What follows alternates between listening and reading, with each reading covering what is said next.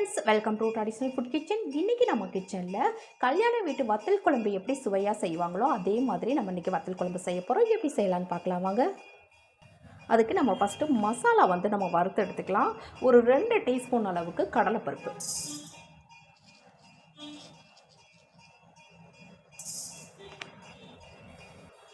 1 teaspoon அளவுக்கு மல்லி,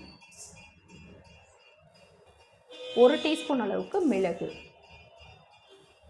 1 teaspoon ஜீரகம், 1/2 டீஸ்பூன் அளவுக்கு கடுகு, 1/4 டீஸ்பூனுக்கும் குறைவாகவே வெந்தயம். அதிகமாக சேர்த்துட்டிங்கன்னா கசப்பு தன்மை வந்துடும். 1 டீஸ்பூன் அளவுக்கு பச்சரிசி. இப்போ இது கூடவே ஒரு 4 வரமிளகாய், கொஞ்சமாக கருவேப்பிலை, ஒரு 4-5 இலை கருவேப்பிலை. இப்போ இதை நல்லா வறுத்து விட்டுக்கலாம். கருவை விட்டுறக்கூடாது, சிம்மில் வச்சு வறுத்துக்கோங்க.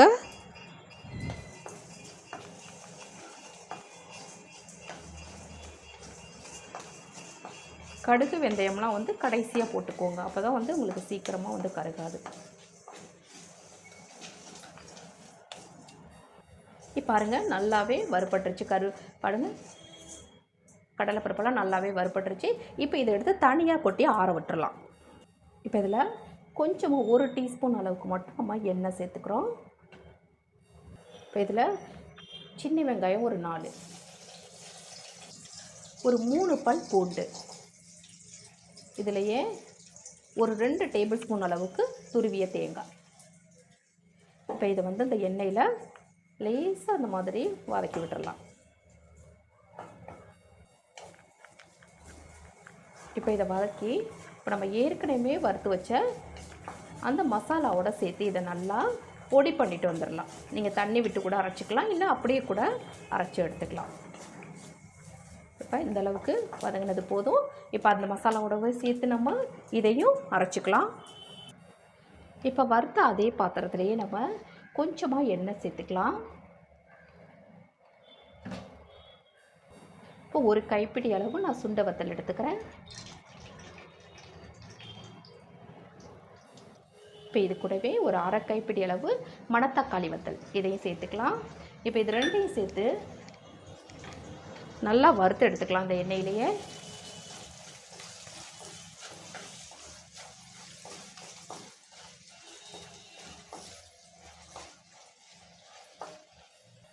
இப்போ இது நல்லா வறுபடுறதுக்கு பிறகு நம்ம இதை எடுத்து தனியாக வச்சிடலாம்.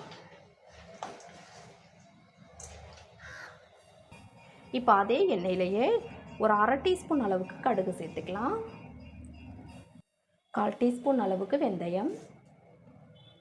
இப்போ கடுகு நல்லா பொரிஞ்சிச்சு. இப்போ இதில் ஒரு கைப்பிடி அளவு சின்ன வெங்காயம். எண்ணெய் தெறிக்குன்றதுனால நான் ஆஃப் பண்ணிவிட்டு போடுறேன். எண்ணெய் தெறிக்குன்றதுனால நான் சின்ன வெங்காயம் வீடியோவை ஆஃப் பண்ணிவிட்டு சேர்த்துருக்கேன். ஒரு கைப்பிடி அளவு சேர்த்துருக்கேன். அதிலையே கொஞ்சமாக பெரிய வெங்காயமும் நான் சேர்த்துக்கிறேன். இது நல்லா வதக்கி விட்டுக்கலாம்.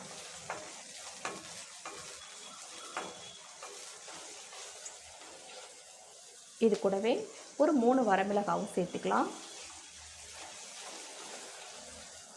கொஞ்சமாக கருவேப்பிலை,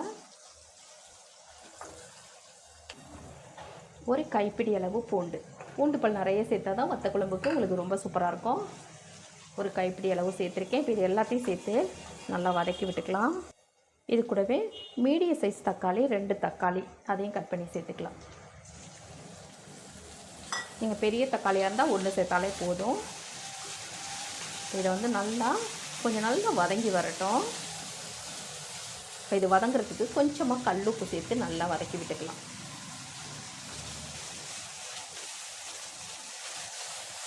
ஒரு 2 நிமிஷம் நல்லா வதங்கட்டும். இப்போ இதிலே ஒரு 2 பிஞ்ச் அளவு மட்டும் மஞ்சள் பொடி.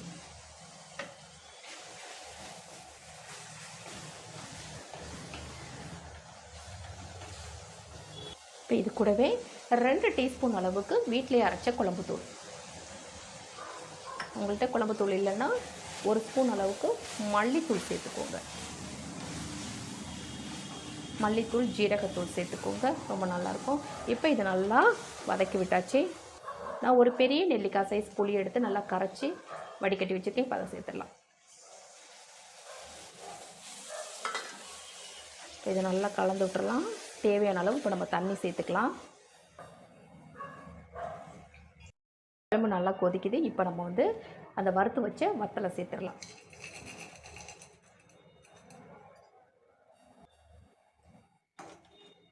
இப்போ இதை நல்லா கலந்து விட்டுட்டு நம்ம ஏற்கனவே பருப்பு தேங்காயெல்லாம் சேர்த்து பொடி பண்ணோம் இல்லையா வறுத்து, அதை சேர்த்துடலாம். இப்போ உப்பு கொஞ்சம் கம்மியாக இருக்குது, கொஞ்சம் உப்பு சேர்த்துடலாம். சேர்த்து விட்டு நல்லா அதை கலந்து விட்டுறலாம். இப்போ குழம்பு வந்து நல்லா நம்ம அந்த பொடி சேர்த்தோம்னா நல்லா திக்கு கொடுக்க ஆரம்பிச்சிடும். இப்போ இந்த குழம்பு வந்து ஒரு 3-4 நிமிஷத்துக்கு நல்லா கொதிக்க விடணும். இப்போ இதில் ஒரு சின்ன சைஸ் துண்டளவு வெல்லம் சேர்த்துக்கலாம். இப்போ இது நல்லா கொதிக்கட்டும்.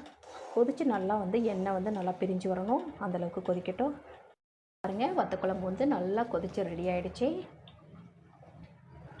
இப்போ இது அப்படியே சிம்மில் வந்து கொதிச்சிட்ருக்கட்டும். இப்போ வேறு ஒரு பாத்திரத்தில் ஒரு 2 டீஸ்பூன் அளவுக்கு நல்லெண்ணெய் சேர்த்துக்கலாம்.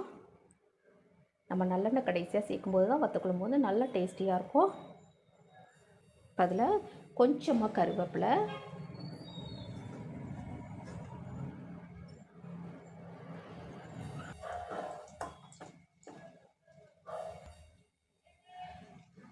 பாருங்கள் நல்லா வாசனை வந்துருச்சு. இது அப்படியே இப்போ நம்ம வத்தல் குழம்புல சேர்க்க போகிறோம். இப்போ நம்ம தாளித்த அந்த வடவத்தை வத்த குழம்புல சேர்த்துடலாம். ரொம்ப மணமாக இருக்கும் கடைசியில் நல்லெண்ணெயில் தாளித்து இந்த மாதிரி சேர்க்கும்போது.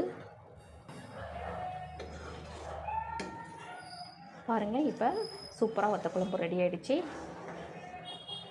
கொஞ்சம் எண்ணெய் வந்து வத்த குழம்புக்கு அதிகமாக சேர்த்தா தான் ரொம்ப நல்லாயிருக்கும்.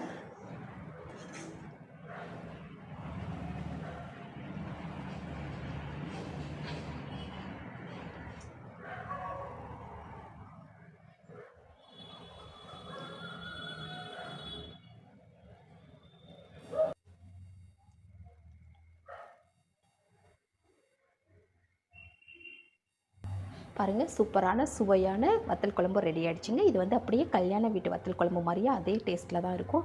சுட சுட சாதத்தில் வந்து நம்ம சேர்த்து சாப்பிடும்போது ரொம்ப நல்லாயிருக்கும். இதில் வந்து புளி வந்து கொஞ்சம் அதிகமாக வச்சுக்கிட்டா தான் நம்ம வந்து ஒரு 2-3 நாளைக்கு வச்சு இந்த வத்தல் குழம்பு சாப்பிட்லாம்.